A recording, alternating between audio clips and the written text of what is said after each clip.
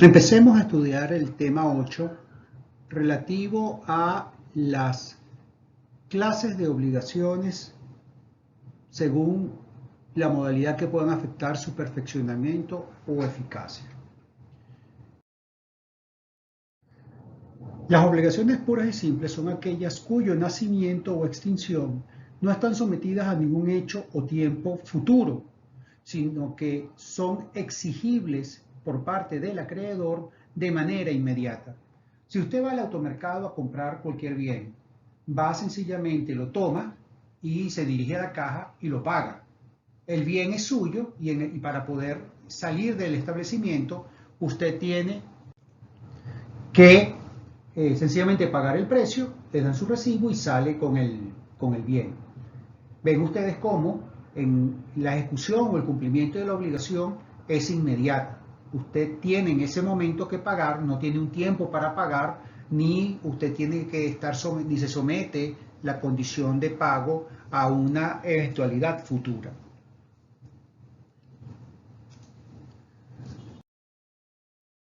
En segundo lugar tenemos las obligaciones condicionales. ¿Qué son? ¿Cuáles son las obligaciones condicionales? Están definidas en el artículo 1197 del Código y básicamente son aquellas en que las partes someten el nacimiento o la resolución de la obligación a un hecho que necesariamente debe ser futuro y además de ser futuro tiene que ser incierto. No se sabe si este hecho se va a realizar.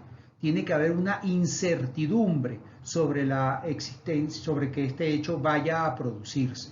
Porque si el hecho ya se verificó o hay certidumbre sobre su ocurrencia, no podemos hablar de una condición. El caso típico es la muerte. Usted no sabe cuándo se va a morir, pero sabe que se va a morir. Todos los seres humanos nos vamos a morir en algún momento.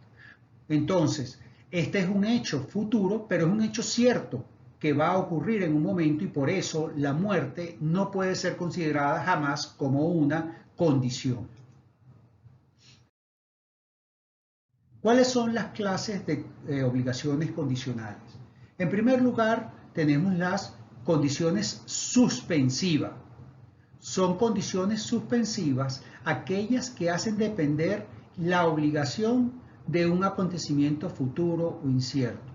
Esto es, que mientras que este hecho futuro e incierto no se verifique, la obligación no existe.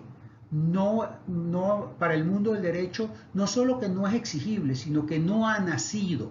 El nacimiento de la obligación depende de este acontecimiento futuro e incierto. Por ejemplo, si yo agarro a ustedes y les digo que les voy a dar 1000 bolívares si el Magallanes es campeón de la Serie del Caribe 2022, la Serie del Caribe no ha terminado y todavía no se sabe si este hecho futuro e incierto se va a verificar. Si se verifica, es decir, si el Magallanes resulta ser campeón de la Serie del Caribe, entonces nacerá para mí la obligación de entregarle a cada uno de ustedes 1000 bolívares.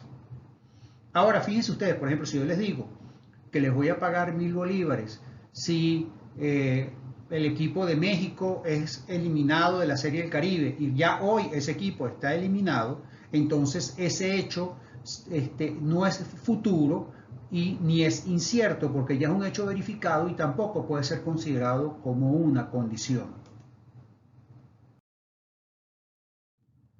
En segundo lugar, tenemos las obligaciones, las condiciones resolutorias.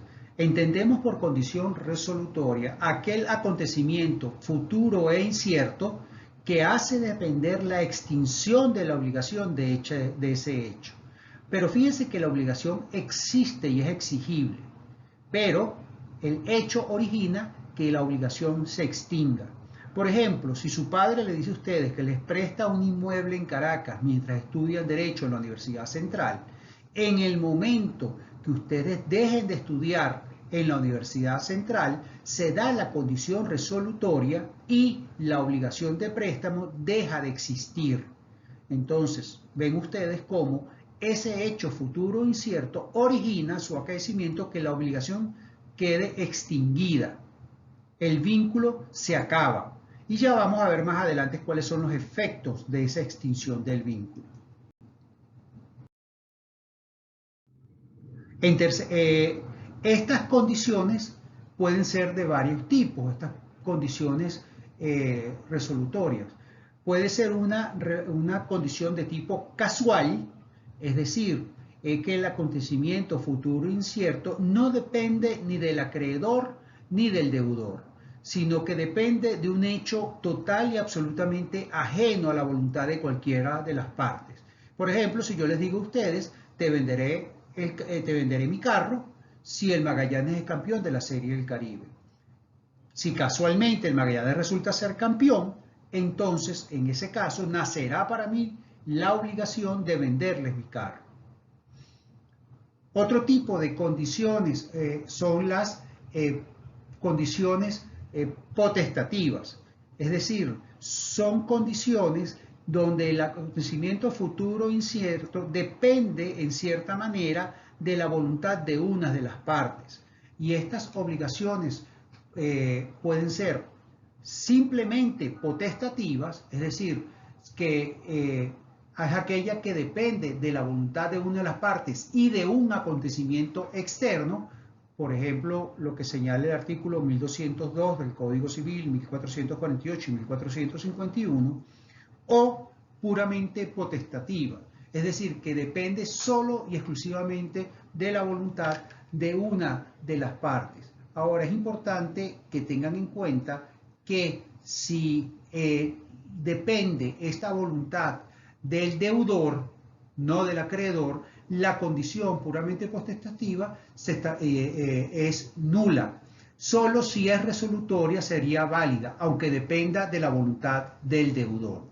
Repito, toda obligación puramente potestativa que dependa exclusivamente del deudor no es hace nula la obligación. Por ejemplo, si yo les digo a ustedes, préstame 1000 bolívares que yo te los voy a pagar cuando me dé la gana.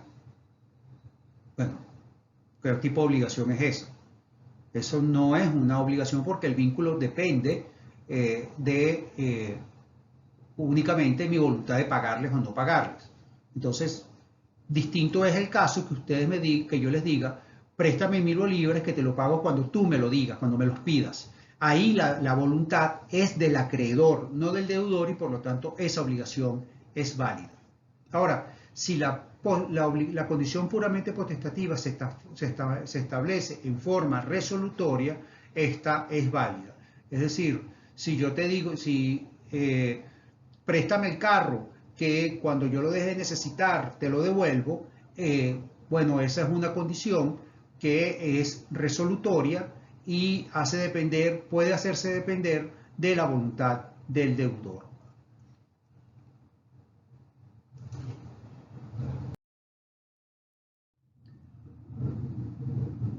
Otro tipo de condición es la mixta, es decir, aquella que depende al mismo tiempo de la voluntad de una de las partes contratantes y de la voluntad de un tercero o del azar o de una situación que es ajena a la voluntad de ambas partes.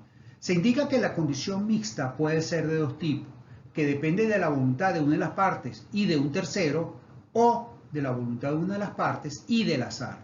La condición o la voluntad del sujeto obligado no es autónoma en el origen de la condición o que ésta se produzca, sino que viene acompañada de otro elemento, un elemento ajeno, que puede ser la voluntad de una tercera persona o incluso combinada con el azar. Entonces ven ustedes que la condición mixta es aquella en que depende de la voluntad de una de las partes, además con la ocurrencia de un hecho o la voluntad de una tercera persona ajena a las partes. En cuarto lugar tenemos el tema de la condición imposible, inmoral o ilícita. Nuestro código hace una distinción si la condición se establece por un acto entre vivos o por un acto de causa de muerte. Fíjense que dice el artículo 1447 del Código. Es nula toda donación hecha bajo condiciones imposibles o contrarias a la ley o a las buenas costumbres. Ven ustedes cómo la donación es un acto entre vivos y expresamente el Código sanciona de nulidad en una donación donde se hace en función a una condición imposible. Yo les digo, yo te voy a donar $1.000.000 si te lanzas del piso más alto de la torre del Parque Central, caes de pie y caes vivo. Bueno, esa es una condición evidentemente nula, una donación que te voy a hacer, una donación que está sancionada de nulidad porque te estoy colocando una condición que es absolutamente imposible de ejecutar. Ahora, veamos qué dice el artículo 1914. En los testamentos se consideran como no escritas las condiciones imposibles y las que sean contrarias a las leyes y a las buenas costumbres. Ven ustedes cómo el Código, en el caso de que sea una condición impuesta por causa de muerte, no es que la obligación es nula, sino que sencillamente se considera que la obligación, que la condición está no escrita, pero la obligación sigue siendo válida.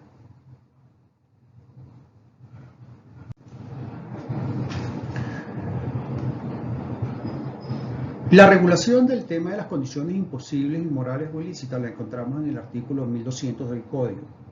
La condición imposible o contraria a la ley o a las buenas costumbres hace nula la obligación que depende de ella si es suspensiva y se reputa no escrita si es resolutoria. En todo caso, la condición resolutoria contraria a la ley, a las buenas costumbres, hace nula la obligación de la cual ha sido causa determinante. Fíjense que cuando la condición que establecen las partes es imposible, contraria a la ley o a las buenas costumbres, y estamos hablando de una condición suspensiva, es decir, este hecho futuro e incierto que es nulo, contrario a la ley o a las buenas costumbres, hace nacer la obligación, el efecto que tiene es que la obligación es nula. ¿Por qué? Porque tú no puedes originar una obligación válida de un acto que es inmoral o que es contrario a la ley. Por eso es que la ley inmediatamente sanciona de nulidad en el 1200 este tipo de obligación. En cambio, que si la obligación ha nacido, pero yo digo que va a tener efectos, que es resolutoria, que va a tener efectos de esta condición que es contraria a la ley, que es imposible o que es inmoral, mientras no se dé la condición, y si esta es, repito, es ilegal, contraria a la ley o las buenas costumbres, la sanción que tiene la ley es que la condición se refuta no escrita, si es resolutoria. En consecuencia, al refutarse como no escrita esa condición, estamos en presencia de una obligación que es pura y simple. ¿Cuáles son los... Otro tipo de condiciones son aquellas que distinguen entre las condiciones positivas y las condiciones negativas. Son condiciones positivas aquel acontecimiento futuro e incierto cuya ocurrencia origina el nacimiento o la extinción de la obligación. Tiene que pasar algo. En cambio, que entendemos por obligación negativa a aquel acontecimiento futuro e incierto cuya no ocurrencia origina el nacimiento o extinción de la obligación. En este sentido, es importante que analicemos los artículos 1207 y 1208 del Código. El artículo 1207 señala que cuando se ha contraído una obligación bajo la condición de que no suceda un acontecimiento en un tiempo dado, la condición se juzga cumplida cuando ha expirado ese tiempo sin que el acontecimiento haya sucedido. Si yo establezco una condición y digo que esa condición debe cumplirse antes del 30 de marzo, pasado el 30 de marzo y no ha ocurrido ese evento, el código sanciona como que la condición se da como verificada y por lo tanto, si es una condición suspensiva, nace la obligación y si es una condición resolutoria, la misma se extingue. Continúa el código diciendo, se juzga igualmente cumplida, es decir, verificada la condición, si antes del término es cierto que el acontecimiento no debe tener efecto. Es decir, si yo establezco un término, por ejemplo, yo les digo a ustedes, yo les voy a dar 1000 bolívares si determinada persona queda embarazada antes del 31 de diciembre del año 2022. Pero esta persona fallece antes del 31 de diciembre del 2022. Se entiende que esta persona no puede quedar embarazada y por lo tanto la condición, la condición se puede cumplir antes de ese término cierto. Ven ustedes que en este caso se entiende como igualmente cumplida la condición. Si yo repito, si yo les digo a ustedes, les voy a dar 1000 bolívares si María Pérez no se embaraza durante el año 2022 y María Pérez muere el 1 de marzo del 2022, ya ella evidentemente no va a quedar embarazada en el 2022 y por lo tanto la condición ya se da como verificada y por lo tanto a partir del 2 de marzo la obligación sería exigible desde el momento que la persona fallece. Si no se ha fijado tiempo, continúa el artículo 1207, no se tiene cumplida sino cuando es cierto que el acontecimiento no ha de cumplirse.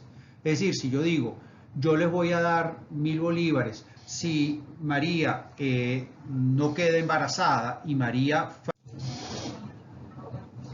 entonces, si yo no pongo ninguna fecha para que María fallezca, o ninguna fecha para que María no quede embarazada, sino que yo sencillamente les digo, les voy a dar 1000 bolívares si María no se embaraza y María muere, en el momento que ella muere ya queda claro que ella no puede quedar embarazada y por lo tanto la condición se da como verificada, si no haya establecido yo ninguna fecha. Finalmente, tenemos que leer el artículo 1208, que nos dice que la condición se tiene por cumplida cuando el deudor obligado bajo esa condición impide su cumplimiento. Es decir, si el deudor es el que impide el incumplimiento, realiza una acción para evitar quedar obligado, el código lo sanciona señalando que la condición se da por verificada y la obligación nace. Entonces ven ustedes cómo estamos en presencia de dos casos donde una obligación negativa, si el deudor actúa y impide que la condición se dé, entiende el legislador que en ese caso la obligación nace y deberá entonces cumplirla hacia el acreedor. Se transforma en obligación pura y simple si es una obligación suspensiva o sencillamente se extingue la obligación. ¿Cuáles son los efectos de las obligaciones con condición suspensiva pendiente? Fíjense que cuando estamos en presencia de una obligación con condición suspensiva pendiente, a lo que nos referimos es que ese hecho futuro e incierto no se ha producido. Y como este hecho futuro incierto no se ha producido, todavía la obligación no ha nacido. No, en el mundo del derecho no existe esa obligación y como no existe la obligación, la misma no puede ser exigible y por lo tanto no puede correr la prescripción de la obligación, porque la prescripción, vamos a ver, es una sanción legal frente a la inacción del acreedor que no ejecuta el cumplimiento de la obligación frente a su deudor en un tiempo determinado. Entonces, el acreedor no puede ejecutar la obligación porque la misma sencillamente no existe en el mundo del derecho. De la misma manera, como esa obligación aún no ha nacido, no existe porque no se ha verificado ese hecho futuro e incierto, no se puede oponer la compensación, porque solo se pueden compensar obligaciones que son exigibles y todavía al estar pendiente la condición que hace nacer la obligación, no se puede originar la compensación en el caso de que se sean recíprocamente acreedores y deudores. Recuerden ustedes que lo hemos hablado antes, que la compensación es un medio de extinción de las obligaciones en virtud del cual dos personas son recíprocamente acreedoras y deudoras. Ahora, aun cuando la obligación no ha nacido, el artículo 1210 permite al acreedor ejecutar actos que puedan preservar sus derechos. Si el acreedor ve que el potencial deudor de una obligación sometida a condición suspensiva, pendiente, está dilapidando o está realizando actos que puedan perjudicar sus derechos, pues el acreedor puede ir al tribunal y ejecutar actos que preserven ese derecho para el caso que la condición se produzca y él tenga derecho a exigir el cumplimiento de la obligación. En cuarto lugar, el acaecimiento de la condición genera como efecto retroactivo que la obligación se refuta de manera pura y simple.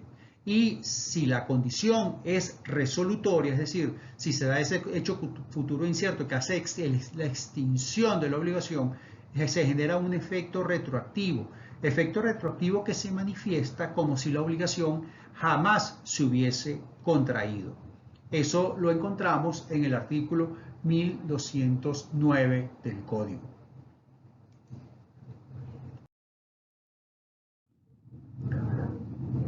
En tercer lugar, tenemos las obligaciones que están sometidas a un término. El término es un acontecimiento futuro, pero a diferencia de la condición, este término es cierto. Se sabe que va a ocurrir y de este término cierto se hace depender el cumplimiento o la extinción de la obligación. El término, en principio, se establece en favor del deudor. Es decir, es un plazo que se le da al deudor para que una vez llegado el término, él pueda cumplir la obligación. Y al afectar la exigibilidad de la obligación, el legislador supone que quién es el principal interesado en cumplir, quién es el principal interesado en liberarse, pues ese es el deudor. Por eso es que el legislador en principio establece el término en favor del deudor. Sin embargo, esto no es de orden público y las partes pueden perfectamente pactar que el beneficio del término sea en función o sea en beneficio del acreedor. De hecho, ustedes ven que en muchos bancos, cuando existía el crédito bancario, ustedes iban a pedir un crédito a un banco. Normalmente los bancos establecían que el término para el cumplimiento de la obligación se establecía en beneficio del banco. Es decir, usted no podía ir al banco y pagar anticipadamente la obligación sin que el banco lo autorizara. ¿Por qué? Porque el banco entiende que al otorgar el préstamo cubre una cartera de su crédito y además de eso entiende que va a percibir unos intereses por ese tiempo y va a tener un ingreso por ese tiempo. Por eso es que los bancos establecían que las obligaciones bancarias o los créditos que otorgaban a los clientes eran créditos que estaban sometidos a un término, pero un término en beneficio del banco.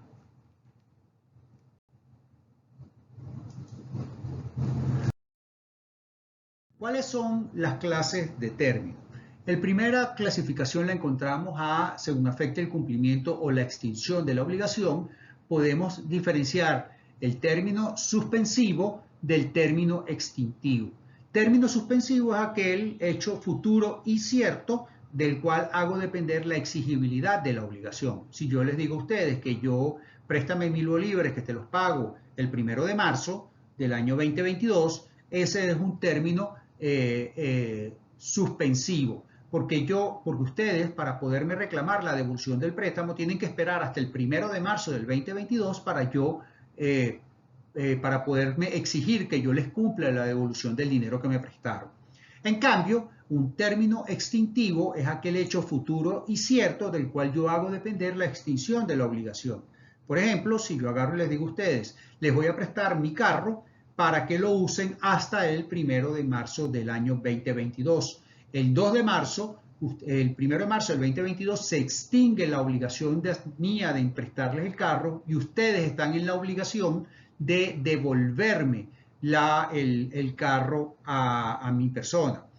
Entonces, ven ustedes cómo el término en este caso extingue la obligación mía de prestarles el vehículo, pero por lo que ustedes respecta, por la devolución del vehículo, su obligación de devolución del vehículo está sometida a un término suspensivo, porque ustedes están obligados a devolverme el vehículo a partir del 1 de marzo. Entonces siempre esa es una moneda que tiene dos caras cuando estamos en unas obligaciones bilaterales.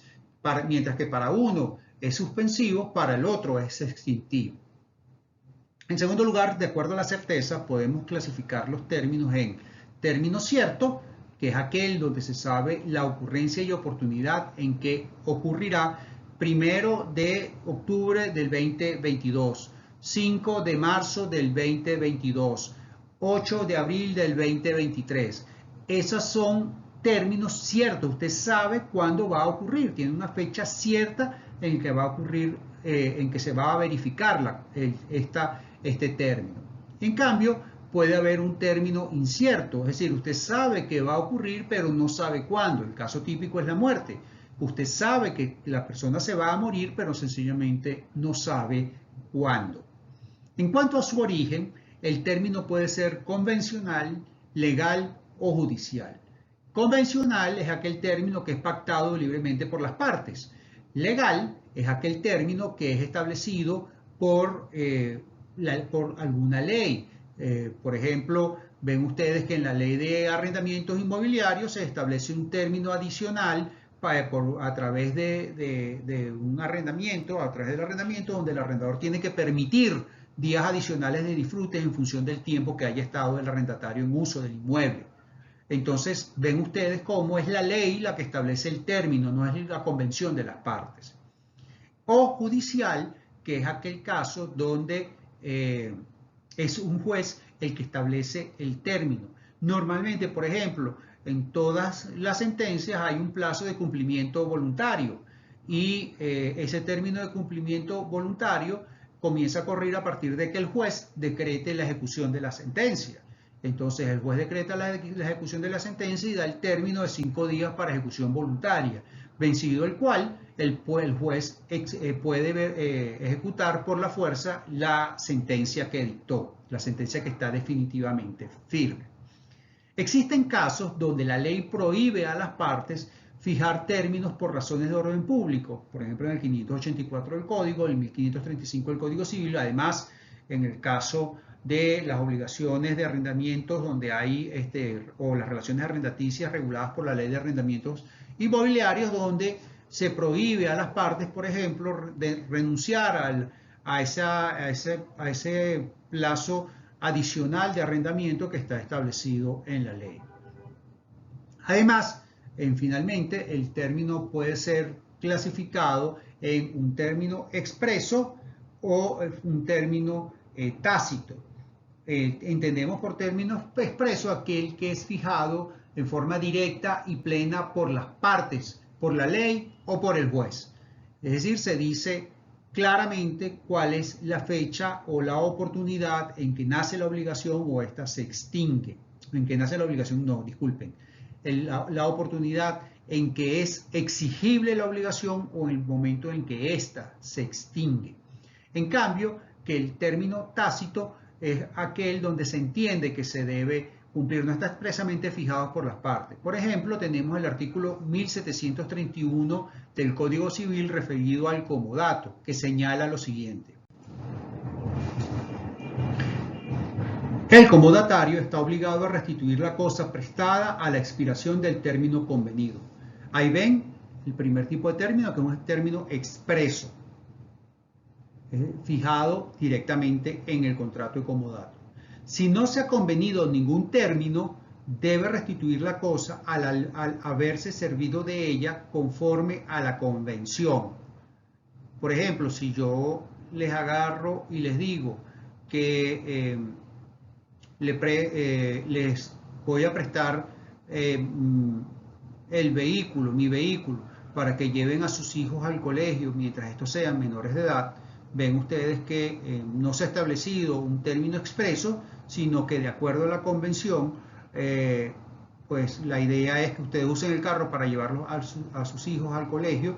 Por lo tanto, mientras sean menores de edad, por lo tanto, si sus hijos salen del colegio o sus hijos cumplen la mayoría de edad, ahí ya tienen un término que conforme a la convención es un término que no es expreso, sino que es tácito, porque depende de que se haya servido de ella conforme a la convención, depende que se haya servido de la cosa dada en comodato. El comodante puede igualmente exigir la restitución de la cosa cuando haya transcurrido un lapso conveniente dentro del cual pueda presumirse que el comodatario ha hecho uso de la cosa. Fíjense que también este es un término que es tácito porque las partes no lo han pactado expresamente en el contrato. Cuando la duración del comodato no haya sido fijada y no pueda hacerla según su objeto, el comodante puede exigir en cualquier momento la restitución de la cosa.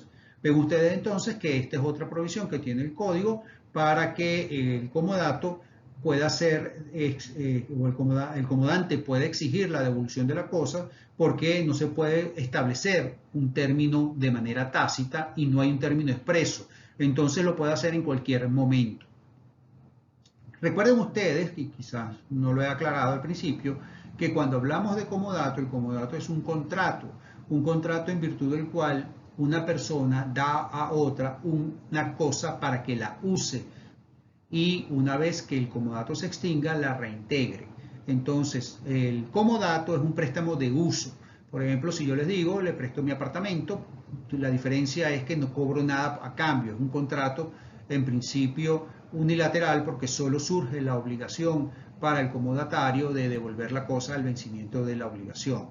Entonces es un contrato inicialmente gratuito porque el comodante no recibe nada a cambio por permitir el uso del bien por parte del comodatario. Entonces el comodato, repito, es un préstamo de uso donde las partes pueden pactar expresamente la fecha de vencimiento del contrato o pueden pactar o si no pactan fecha, pues hay un término que es tácito, que nace del hecho de que el comodatario ya hizo el uso de la cosa por el objetivo que se perseguía con esa convención. De la misma manera tenemos el mutuo, que está regulado por el 1742, que les invito a que lo lean. Aquí lo importante, ¿cuál es la diferencia entre el mutuo y el comodato?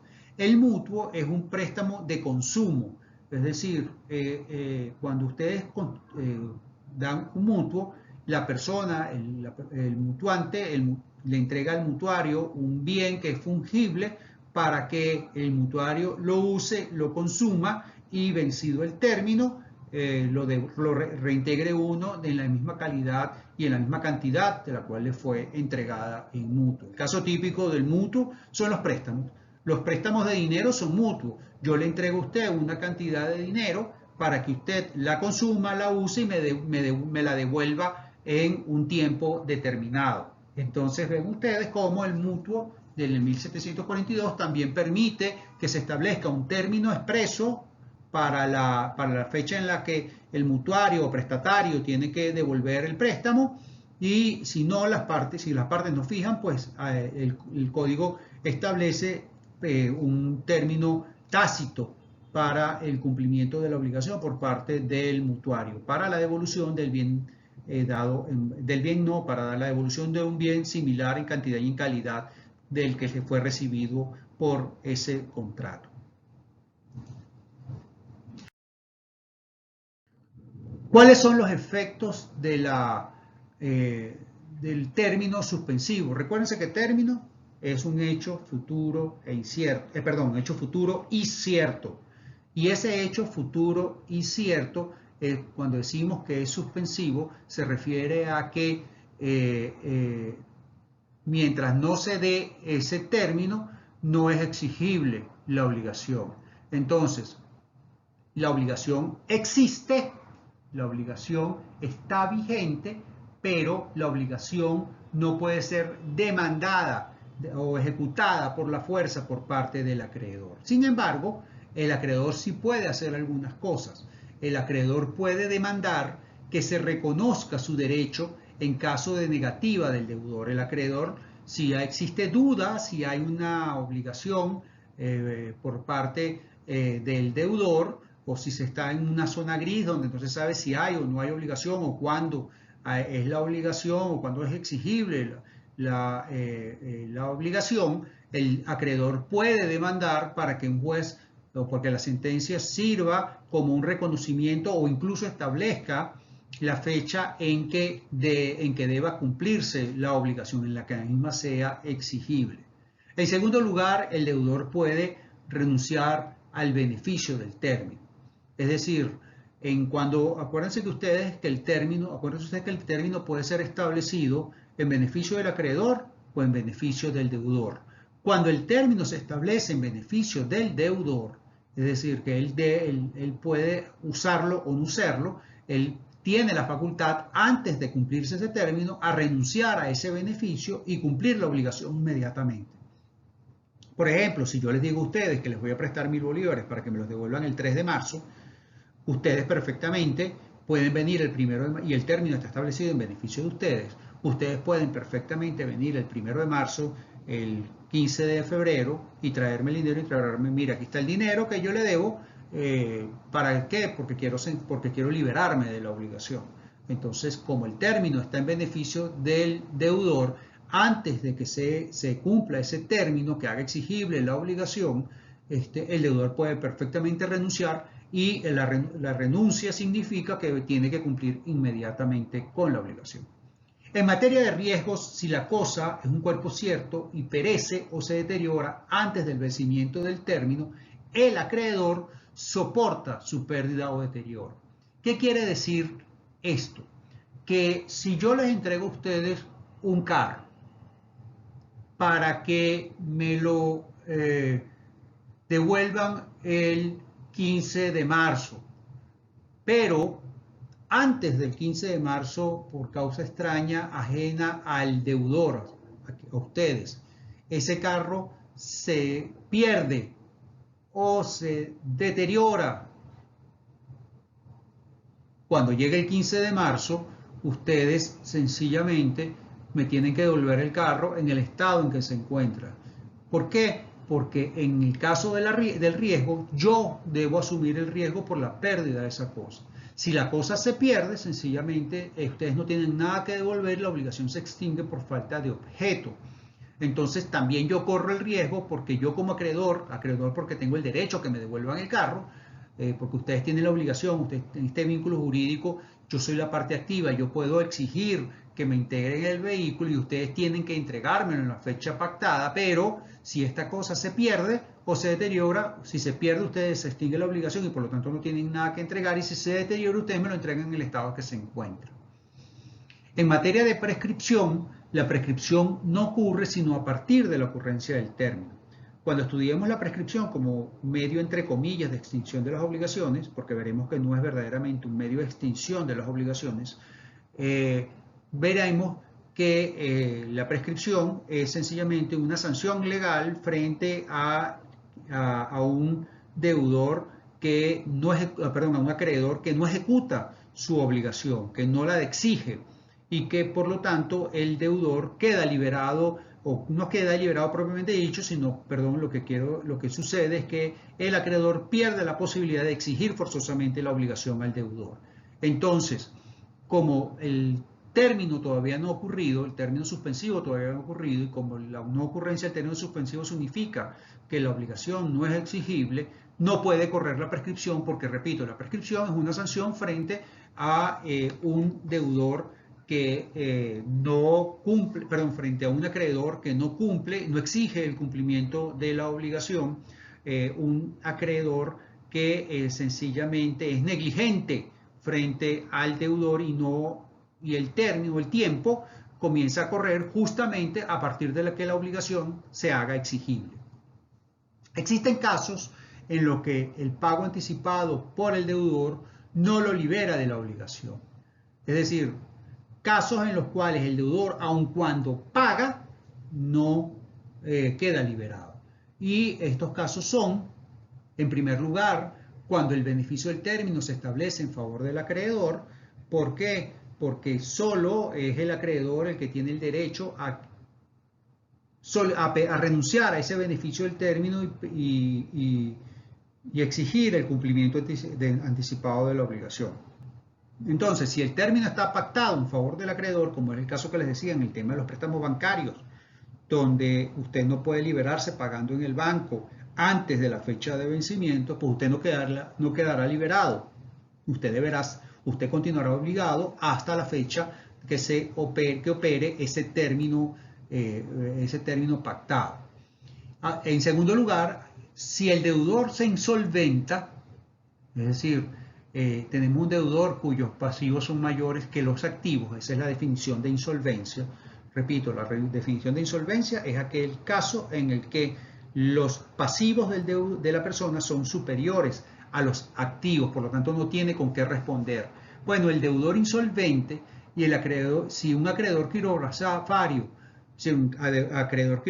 nos referimos a aquel que no tiene ningún tipo de privilegio o hipoteca sobre las cosas, pero este acreedor quirografario recibe el pago anticipado antes del vencimiento del término, el acreedor quirografario debe devolver lo que se le ha pagado a la masa de acreedores. Es decir, pongamos el ejemplo que yo soy un deudor insolvente, mis pasivos son superiores a mis activos y yo tengo una obligación con ustedes que se vencía el 31 de diciembre del 2022. Pero antes que me demanden que el resto de los acreedores, porque ustedes son mis amigos y yo los quiero mucho, yo agarro y les digo a ustedes, mira, vengan para acá, renuncio al beneficio del término y tomen, les pago anticipadamente los 1000 bolívares, porque antes que me demanden el resto de mis acreedores o me vaya a la quiebra. Bueno, en ese caso, ustedes como acreedores quirografarios pueden verse obligados a devolver lo que yo les he pagado, y eso que yo les devuelvo, que les he pagado, entra dentro de la figura de la masa de acreedores, que es una figura que funciona en materia de quiebra y que no es materia de derecho civil, que verán en su momento cuando estudiemos en mercantil la quiebra. Pero básicamente lo que significa es que el acreedor que recibió anticipadamente el pago porque el deudor renunció al beneficio del término y pagó anticipadamente y quedó insolvente o es un insolvente, ese acreedor que recibió ese pago va a verse obligado a devolver lo pagado. Finalmente, el caso del pago hecho después de las obligaciones a plazo, es decir, perdón, el pago anticipado hecho en una obligación a plazo y ese pago se hace después de la cesión del crédito. Vamos a ver que la cesión del crédito es un medio por el cual la obligación puede transferirse de una persona acreedora a otra acreedora y el deudor debería pagar la obligación al nuevo acreedor, porque el deudor cedido ya debe cumplir esa obligación porque ya su acreedor original no es esa, sino es otra persona. Entonces, ¿qué pasa? En el caso del pago anticipado de las obligaciones a plazo y este pago es hecho por el deudor al acreedor originario y no al acreedor que le cedieron el crédito, pues evidentemente el deudor no queda liberado. ¿Por qué? Porque no le pagó a quien era su acreedor, le pagó a un acreedor distinto y por lo tanto todavía queda obligado con el acreedor a quien le cedieron el crédito. Entonces es un caso donde el pago anticipado del deudor no lo libera de la obligación.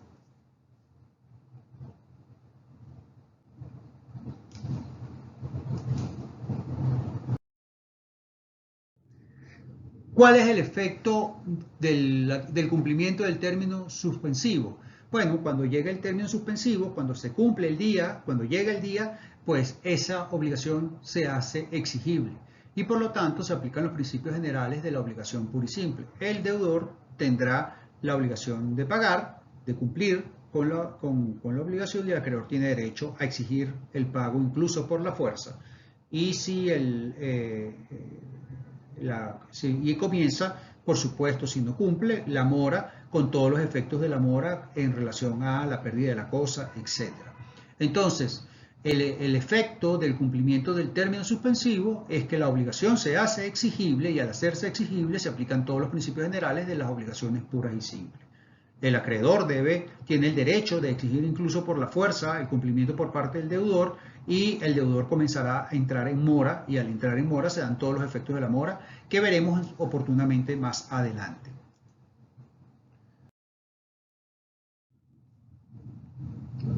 ¿Qué pasa o cuáles son los efectos antes de cumplirse un término extintivo? Recuerden ustedes entonces que el término extintivo es aquel hecho futuro y cierto del cual se hace depender la extinción de la obligación. Pues ocurrido el término extintivo, pues la obligación es exigible. Por lo tanto, se aplican igualmente todos los principios generales de la obligación pura y simple. Si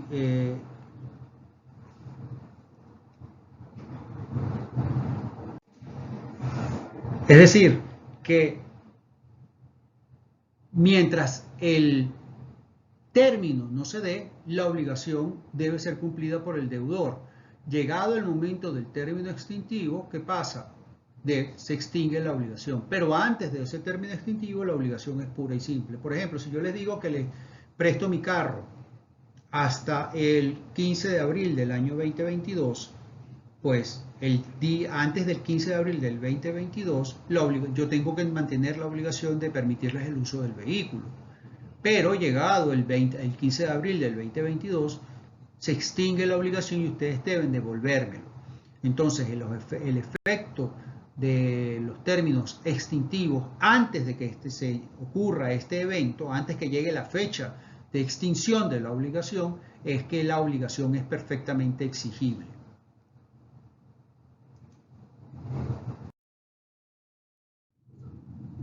Cumplido el término extintivo, la obligación se extingue.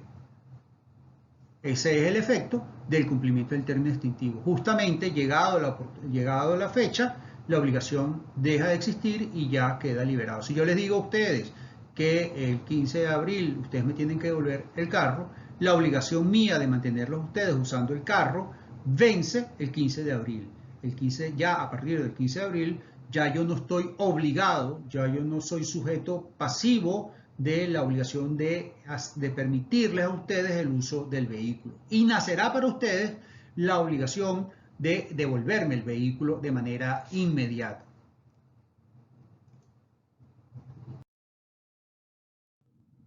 Hablemos ahora de la caducidad del término. ¿Se acuerdan ustedes que yo les dije hace unos minutos que el término se establece en beneficio del deudor?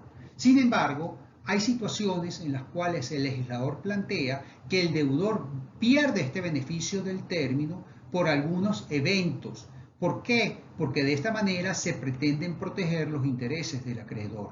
Esta caducidad del término lo encontramos en el artículo 1215 del Código Civil venezolano y son básicamente dos situaciones. Cuando el deudor se hace insolvente, es decir, en el momento en que los activos son inferiores a los pasivos, o mejor dicho, que los pasivos son superiores a los activos, en ese momento, cuando el deudor es insolvente, ya pierde el beneficio de cualquier término en cualquier obligación en el que haya asumido.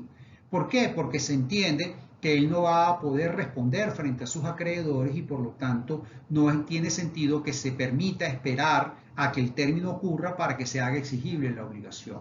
El deudor pierde el beneficio del término y por lo tanto la obligación se hace exigible de manera inmediata. Además, pierde el beneficio del término cuando el deudor, a través de actos propios, disminuye la seguridad al acreedor para el cumplimiento de la obligación. Es decir, por ejemplo, si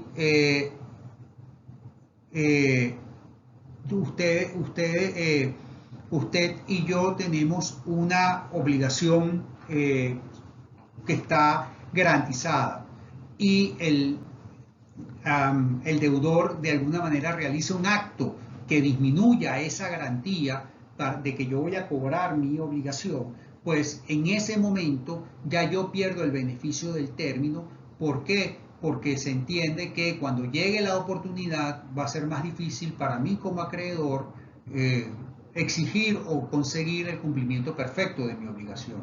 Es por eso que el código, en este caso, permite que el acreedor tenga el derecho de exigir por la fuerza de la obligación. ¿Por qué? Porque entiende que el deudor ha realizado actos que lo han puesto en peligro. Han puesto en peligro su crédito, han puesto en peligro la exigibilidad del mismo. Y para evitar eso, entonces el acreedor, pero para evitar eso, el legislador le da el derecho al acreedor de dar por extinguido el beneficio del término y por lo tanto caduca este término y la obligación se hace exigible de manera inmediata. ¿Qué diferencias hay entre la condición y el término? Bueno, la diferencia básica es que es la certeza del acontecimiento futuro. Mientras que en la condición ese acontecimiento futuro es incierto, en el término ese acontecimiento futuro es cierto. Se sabe que va a ocurrir. En la condición no se sabe si va a ocurrir. Puede que ocurra como puede que no. Entonces, esa es la diferencia. Ahora, las dos comparten el hecho de que tiene que ser un acontecimiento futuro. Ambos, tanto la condición como el término, son acontecimientos futuros, pero mientras que la condición no se sabe si va a ocurrir, porque puede que ocurra como que no ocurra, en el caso del término, hay certeza de su ocurrencia. Ahora, entre el término suspensivo y la condición suspensiva también hay diferencias. Veamos. El término que origina el término suspensivo suspende la exigibilidad del crédito. El acreedor no puede ejecutarla por la fuerza mientras no se cumpla el término, pero la obligación existe. Y esto es importante porque al existir la obligación, el acreedor puede perfectamente cederla. En cambio que la condición, la obligación aún no ha nacido. Y es una diferencia fundamental entre la condición suspensiva y el término suspensivo. La obligación no existe en el mundo del derecho mientras no se dé la condición. En segundo lugar, si el deudor renuncia al beneficio del término pagando anticipadamente, no puede pedir que le repitan lo pagado. ¿Por qué? Porque la obligación existe, solo que no es exigible en el tiempo, pero el deudor renuncia a ese beneficio que se le da y va y paga porque le interesa pagar antes. Después no puede decirle al acreedor, oye, me equivoqué porque yo pensé que me iba a entrar un dinero y no me entró y yo quiero ahora que me devuelvas. El acreedor va a decir, mira, lo siento, tú pagaste una obligación que existía y tú renunciaste al beneficio del término. En cambio, que en el tema de la condición, el deudor no puede pagarla anticipadamente. ¿Por qué no puede pagarla anticipadamente? Porque sencillamente mientras la condición no se dé, la obligación no existe. Y por lo tanto, si hay un pago de una obligación que no existe, y al ser un pago de una obligación que no existe, estamos en el pago de lo indebido. No se debe lo que pagó el deudor. Mientras que la condición suspensiva no se dé, la obligación no nace. En materia de riesgos, vemos que en el término los riesgos de la pérdida de las cosas o del deterioro de la misma antes del mismo la soporta el acreedor. ¿Por qué la soporta el acreedor? Ya lo habíamos visto antes, porque si la cosa se pierde o si la cosa deja de existir o se deteriora, pues el acreedor recibirá la cosa en el estado en que se encuentra en la fecha de la ocurrencia del término suspensivo. En cambio, en la condición, si la cosa se destruye, si la cosa se pierde, es el deudor, pues la obligación se reputa como no contraída. Por ejemplo, si yo someto a ustedes, yo les digo, miren, yo les voy a dar mi carro para que lo usen y están en República Dominicana, yo tengo un carro en República Dominicana y yo les digo, mira, les voy a dar un carro para que lo usen y se lo queden si el Magallanes es campeón, pues ustedes se lo quedan, yo se los regalo. Y si el Magallanes no es campeón, pues ustedes me lo devuelven. ¿Qué pasa? Mientras que no se decida si el Magallanes es campeón o no es campeón, yo como ustedes pueden usar el carro. Cuando se decida, cuando se dé la condición, ustedes lo devuelven o se lo quedan. Fíjense qué pasa en este caso. Si la cosa se destruye antes de que la condición se dé, antes que termine la Serie del Caribe, pues si se destruye ese bien, pues ya no existe obligación.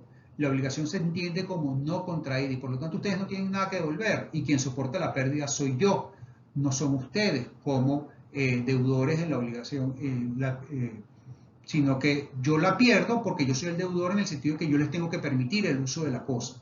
ustedes no tienen nada que devolverme y por lo tanto quien pierde o quien soporta la pérdida de la cosa soy yo como deudor de esa obligación de permitirles a ustedes el uso de mi carro mientras esté la Serie del Caribe y mientras el Magallanes esté jugando la Serie del Caribe.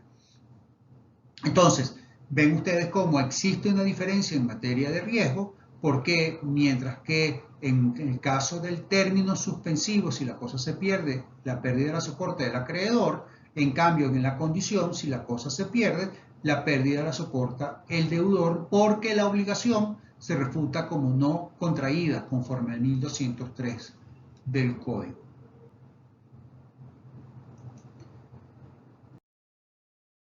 Finalmente, la diferencia entre el término extintivo y la condición resolutoria es que el término extintivo, la obligación se extingue al futuro, es decir, la obligación como si existió desde el principio, solo que el término hace que la misma se acabe, se extinga. Las prestaciones cumplidas son válidas y por lo tanto no son objeto de repetición.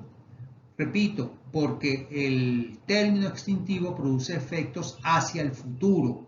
En cambio, la condición o la verificación de la condición resolutoria hace que la obligación se extinga tanto hacia el futuro como hacia el pasado, porque legalmente la obligación se considera como si jamás se hubiese contraído. Es decir, que el deudor debe devolver no solo la cosa, sino sus frutos, en el caso de que la condición resolutoria se produzca. Con esto terminamos el tema relativo a las condiciones y términos en las obligaciones.